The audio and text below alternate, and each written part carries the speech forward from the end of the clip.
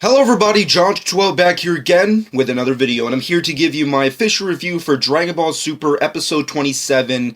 Now, of course, if you haven't seen this episode, please go check it out because this review may contain spoilers. But that being said, let's get into Dragon Ball Super. Now, first off, this is the finale to the Resurrection F Saga, or as I like to call it, the Frieza Saga 2.0. It's officially the finale, it's done, it's over with, and all I can say is, thank God, because this saga, you know my personal opinions, I don't have to go into too much depth. Pretty much it sucked ass, it was terrible, it was horribly paced, and I just feel like what this show should have been is basically what it's about to become. So that's all I can really say. I mean, like, there were some good moments, but there was a lot of bad moments, but we'll save that for other videos in the future. But with that being said, overall, the story and premise of this specific episode is the continuation of the Frieza threat. Of course, Goku being as badly damaged as he is because of Via's stupid death ring. Essentially, Vegeta has to step in like the movie and pretty much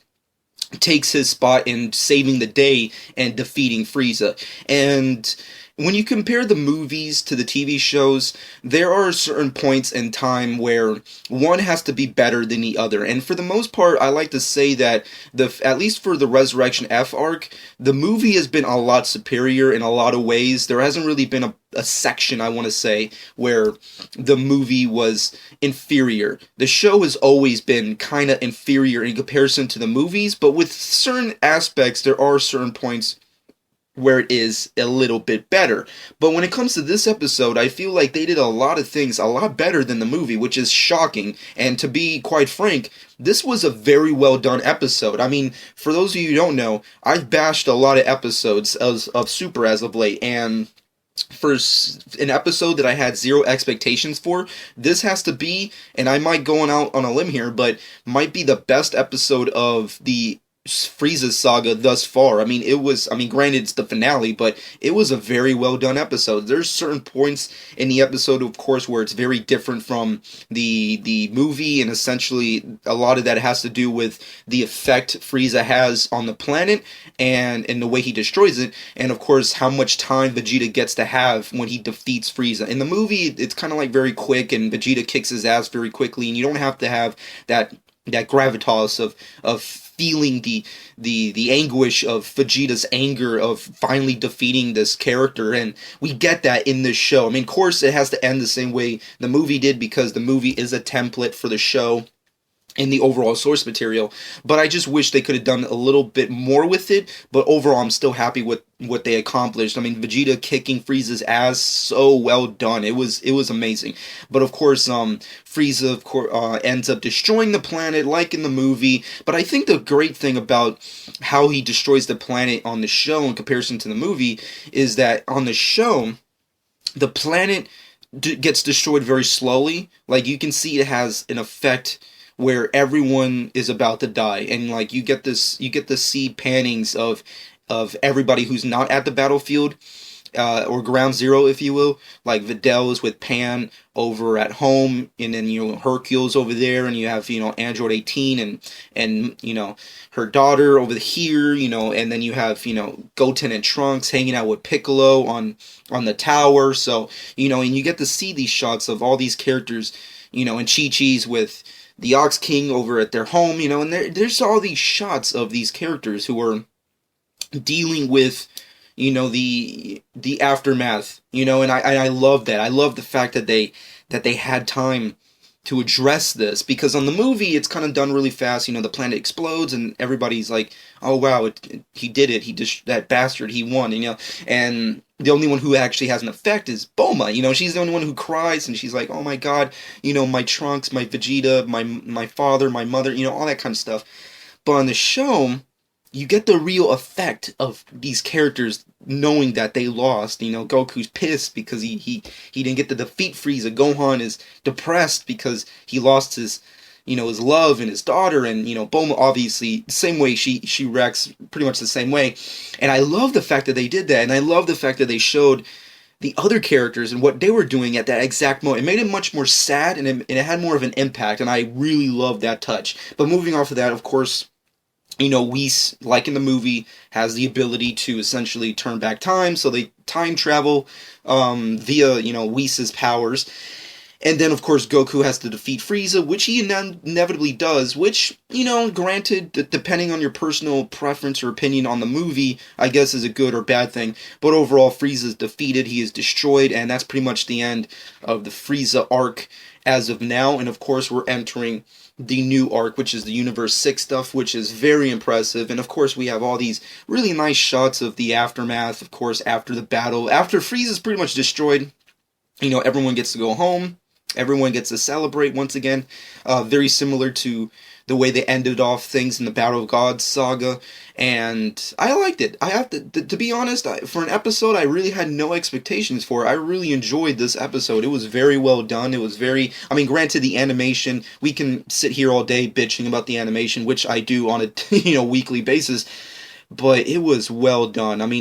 Granted, animation artwork wise, it was a little scratchy. It was a little, it was very toddler-esque, if you will, at times, but overall, it was so good. This episode was great. I loved Vegeta's moments. I think him turning into a Super Saiyan Blue and kicking Frieza's ass and having more time to beat his ass was very well done. I liked the shots of everyone before they died on Earth's explosion, which was really cool. And I also, kudos to Gohan. Granted, Gohan gets a lot of shit from fans on YouTube and across the world probably, but you have to give him credit. The way he reacts to Videl and Pan dying, and the way he sees them after the fact is so freaking awesome. It kind of felt like if you ever seen the movie Guardians of the Galaxy, where John C. Reilly's character comes home after the battle with Ronan, and he hugs his family, and when he realizes they're still alive. It's very similar to that. It's so good. Gohan comes in, he's so happy, he hugs Videl and Pan together, and it's a very beautiful moment. I love that. And even though Gohan may suck now, and he may not be the fighter, the superhero that we all knew and loved from the Cell Saga, or even the Boo Saga to a certain extent, at least he had that kind of a moment, and I love that. And I say, Gohan, you may suck now, but kudos for you for doing that. That was a good, touching, beautiful. I almost cried on that moment. And it looks stupid because, artwork wise, it kind of kills it. But just the moment, it really got to you, and I love that. But overall, of course, the battle continues with, Goku and Vegeta with their back and forth, which is always hilarious. And, of course, everyone's celebrating. Beerus and Whis are, at the party, of course, because what else are they going to do? They love Earth food, so, kudos for them. And everyone's celebrating, and it pretty much ends the same way the Battle of Gods arc did, with the exception of the Pilaf gang, which I think was, I guess, a good thing. And also, real quick, Sorbet got killed, which is always awesome, because I really don't like Sorbet or Tagoma. I know maybe there's a whole bunch of people out there who are like, yeah, they're awesome, it's they're the best villains, or whatever the fuck. I hate those characters. The second Vegeta kills them, I'm like, yay, and let's move off of that shit, because I'm just saying, Death Ring, go fuck yourself. But anyways, episode alone, really, really good. I love this finale. Animation, artwork-wise, may have sucked from time to time, but I think it delivered on this episode on certain points. Story-wise, I think the best way I can put it is that, we can sit here all day complaining about animation artwork, but I feel like as long as Super delivers on its story, it has more of an impact, because you have to think about it as a fan, as a true fan. What do you prefer? An anime with shitty animation and a great story, or an anime with amazing animation and a stupid story? I prefer a great story overall. And granted, we as all fans, we would love to have the best of both worlds. We want both great animation and amazing story, like other animes out there. But, if I can have at least a great story, I'm okay with that. And I feel like they delivered on a great story. Animation-wise, of course, they failed once again. But as a story, it has such a great impact in these tiny, tiny little things that they did with the destruction of Earth and Gohan seeing his family and, seeing everybody. I think that was the best part. So, anyways, with that being said, final verdict for this episode is a solid 9 out of 10. I love this episode. It has to be, hands down, probably my favorite episode of the Frieza saga. But now that it's over, we can look to the future, which is the Universe 6 stuff, the stuff that we should have been seeing ever since the beginning and conception of the show.